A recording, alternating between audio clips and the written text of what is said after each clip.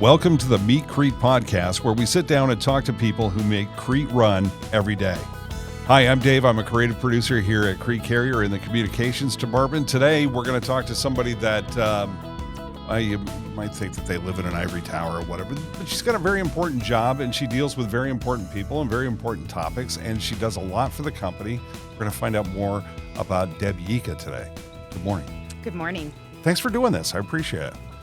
Whenever I have to come to your area there, I'm always nervous. I feel like I'm going to the principal's office, like I'm in detention. Sometimes you may be. I might be. Tell us what you do at Cree Carrier. What are your primary responsibilities? My primary responsibility is to assist Ton Ostergaard.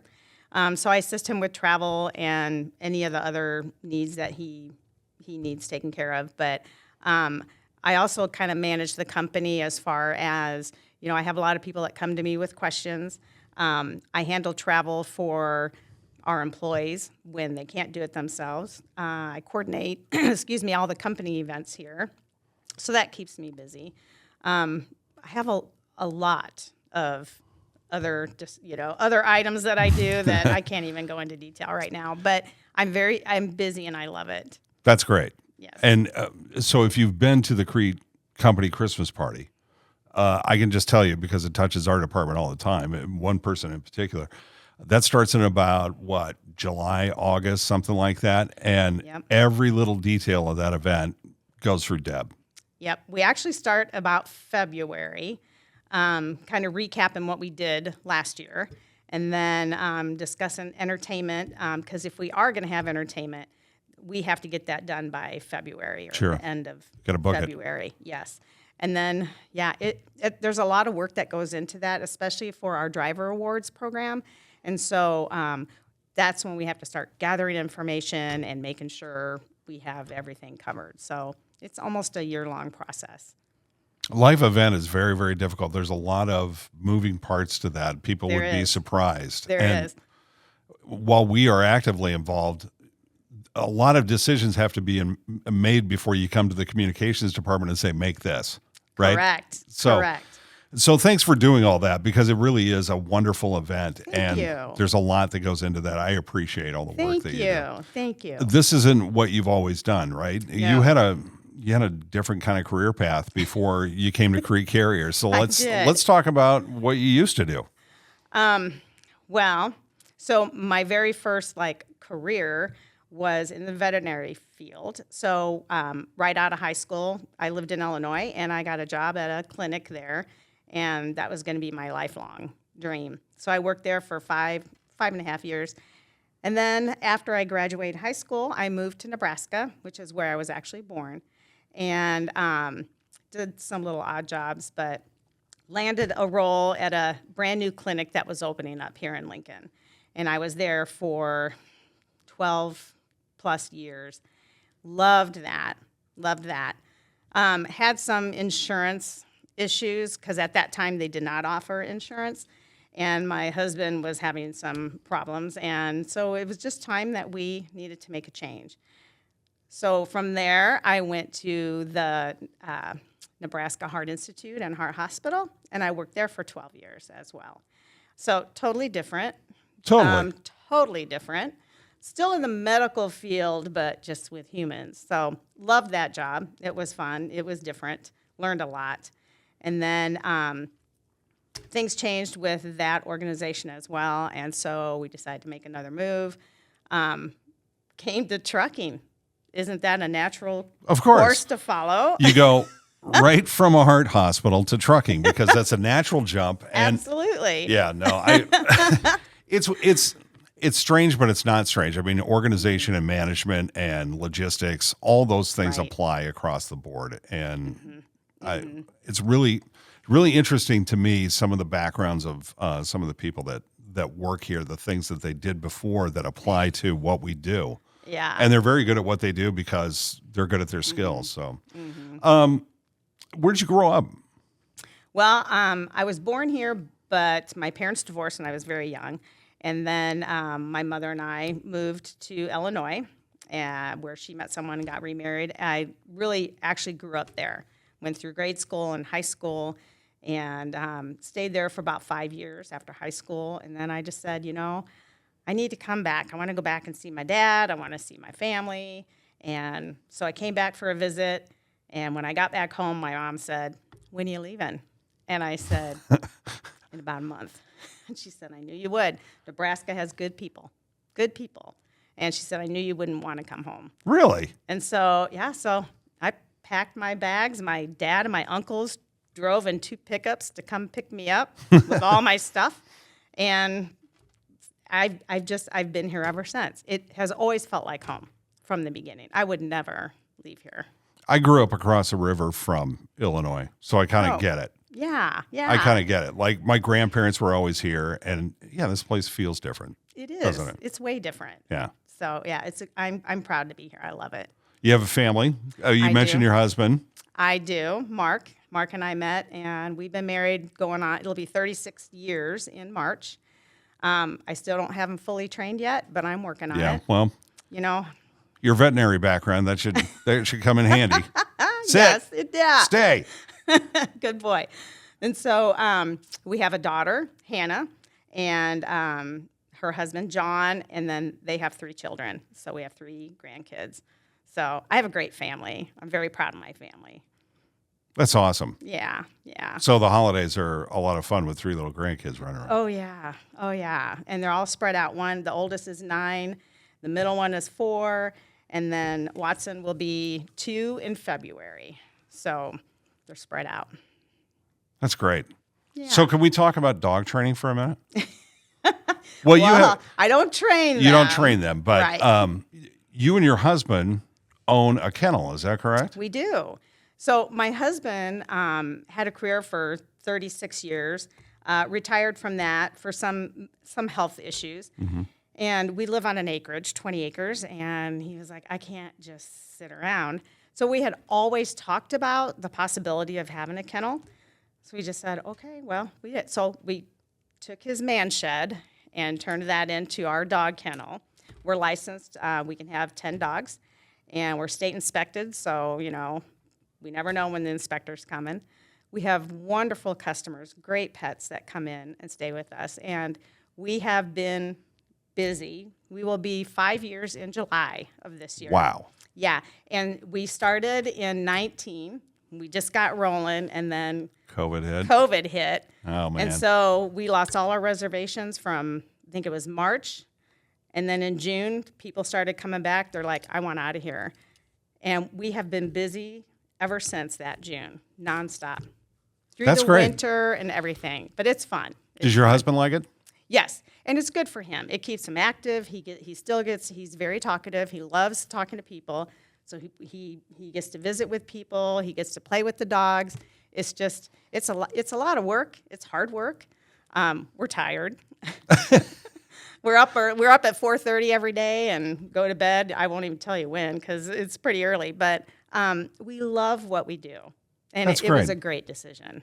Yeah, that's awesome. Yeah. And someday, I'm going to bring our new puppy to come see you. Yes, you better. I love going to see Deb because we get to talk about dogs all the time, which is kind of great. But yes. I'm going to bring you a St. Bernedoodle, which yes. she's going through a growth spurt. I really like her to kennel up with you guys for like 6 years, and I'll come back and get her when she's calmed down.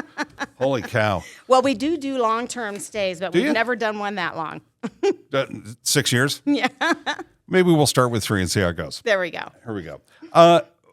So tell me how do you get to Crete from, I know that you're working in a hospital situation and the dynamics of the politics kind of, I get it. That changes and you want to look for something else. But what made you decide to come to Crete and how did that all happen? It's just weird. And I don't know. It sounds kind of silly, but my husband and I used to travel every weekend. We go to the Lake of the Ozarks. We had a place there. And every weekend, as we're traveling, we're like, "There's another Crete truck. There's another Crete truck." And something just hit me at one point where I thought, that'd be kind of fun to work for a company like that. I don't know anything about trucks. And so when things started changing at my current job, I decided to start looking out elsewhere. And I started just reading a lot on Crete Carrier, and I thought, man, it's really interesting. And so, so I applied. I applied for a couple different positions. They never called me. I was pretty disappointed. And all of a sudden, I applied for this position. They called me in. They interviewed me. I met Ton, and I went home and I said, I've got to have that job. And they called me a few days later, and I got the job. Well, that's great. It was awesome. So now when I see those Crete trucks, I can say, there goes my paycheck. There goes my paycheck. Yeah. Well, they really are rolling billboards. I've noticed Cree Trucks for years, and they are. Even like relatives of mine will say, "Oh, you work for the red and white truck guys." Yep. Yeah, I do. Yep. It's funny because when I talk to people and when I, tell them where I work, then after that they'll say, "Oh my gosh, you should have seen how many Crete trucks I saw today." It's like they saw them before, but now they have a connection. So yeah, it is a rolling billboard. It is. It's interesting to learn about the trucking industry. When you were working in a vet clinic, did you ever think you knew anything about? No, nothing. No, all I knew were truck drivers. My stepfather was a truck driver. So, but I was young and I never paid attention to that. Just knew he was gone during the week and he was home on the weekends and that's it.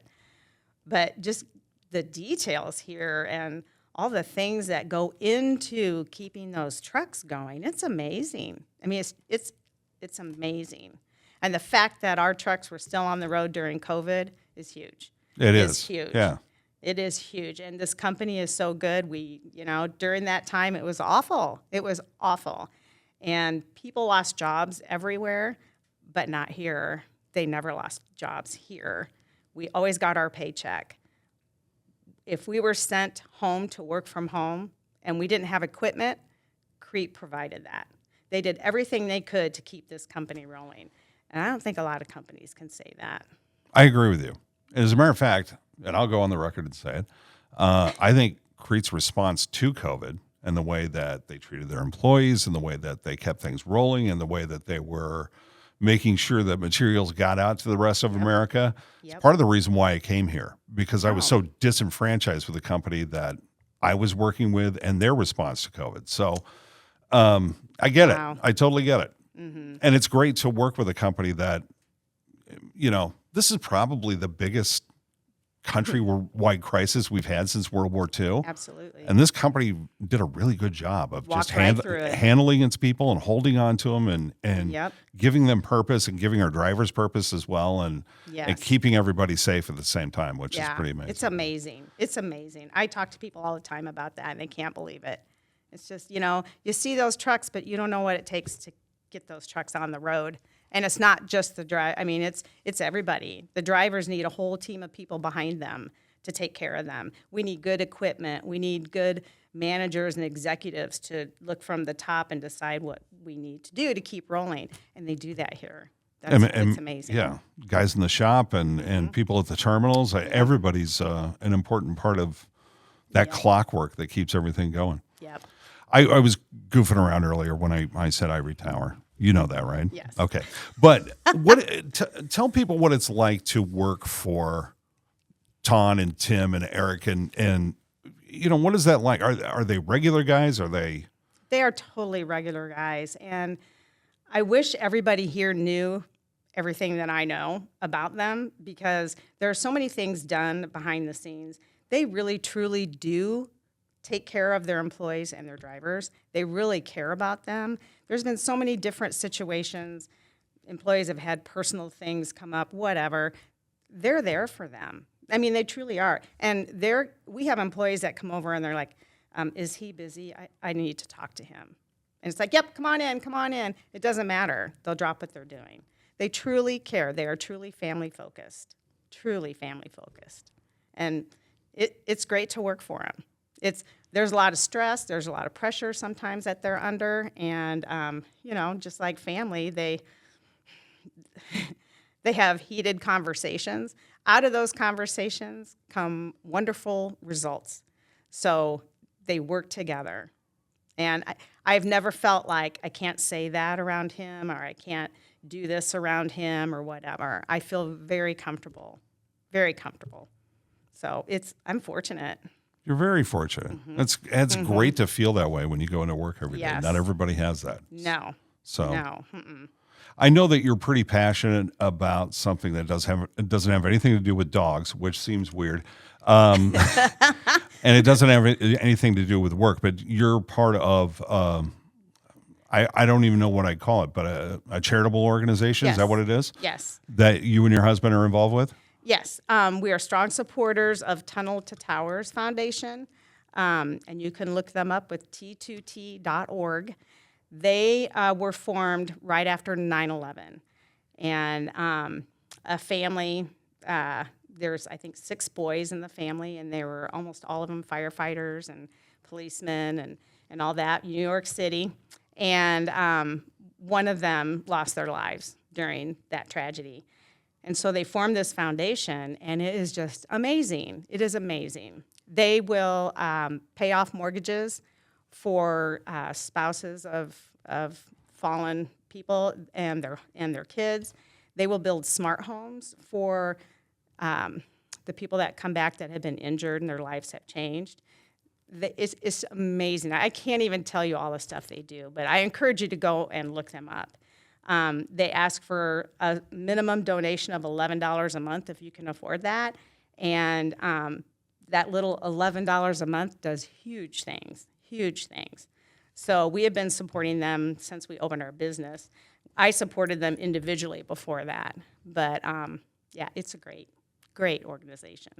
And thank you for the opportunity to talk Absolutely. about that. Absolutely. And you do a lot of stuff around here too with the United Way. And so charitable concerns are kind of a big deal with you. Yes. I really, I've been in situations where I needed help before.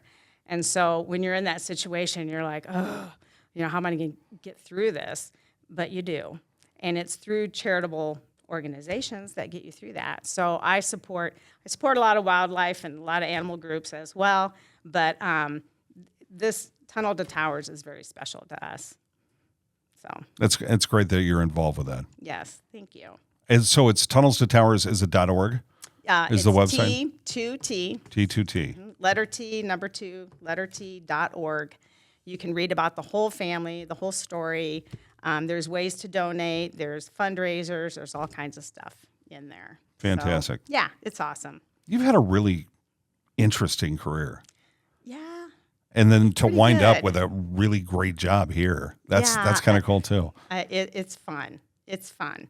But you never asked me about my donkeys. You have donkeys? Yes, I have. I've always wanted a donkey.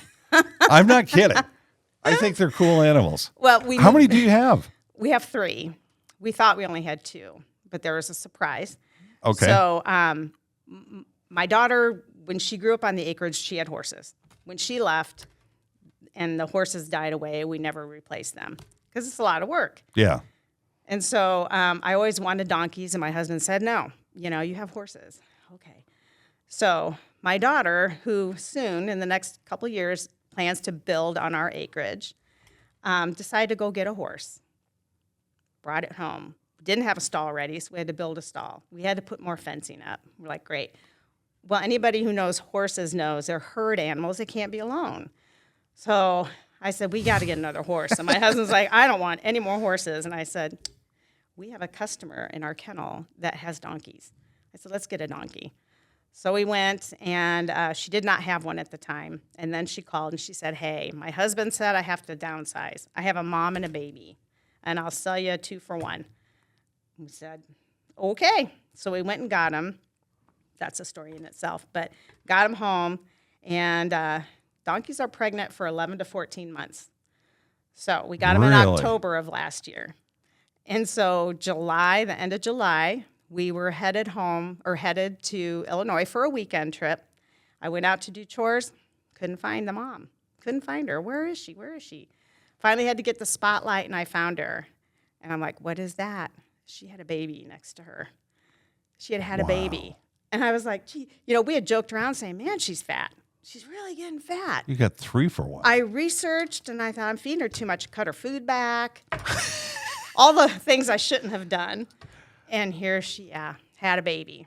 So, and that was the morning we were leaving on this trip. So that was, But, so now we have Charlie, Murphy, and Sweet Pea. Oh, that's cool. Yeah, That's really good. I got to come out and see those. you do because they're And fun. you need to start boarding donkeys. Oh gosh, no. I wouldn't let them go home. No, they're So- they're cool animals. They're very They're cool. very lovable too, They're aren't very they? affectionate. They're clowns. They're funny. They I just sit there and I just watch them. And they're good for the horse, which is why they initially Yeah. came to be, part of him with him, but they're fun. They're fun. So, yeah, surprise. We had a baby this morning. All of a sudden, you have 3 donkeys. Yes, and my husband says, I didn't even want one.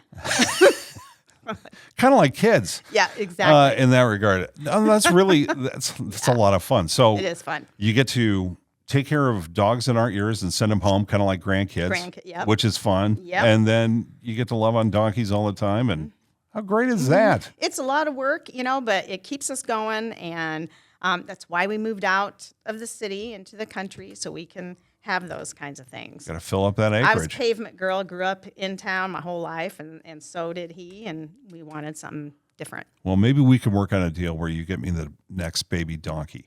There will be no more. Well, The vet's coming out. I'll get it past the homeowners association so that I can keep it in the backyard, and we'll get one. Tom And then keeps asking me to bring one and bring him to work, and I'm like, yeah, no. bring your donkey to work day. I think it's a Yeah. great idea. No. We'll have the communications department draft flyers now. Sure. Okay, great.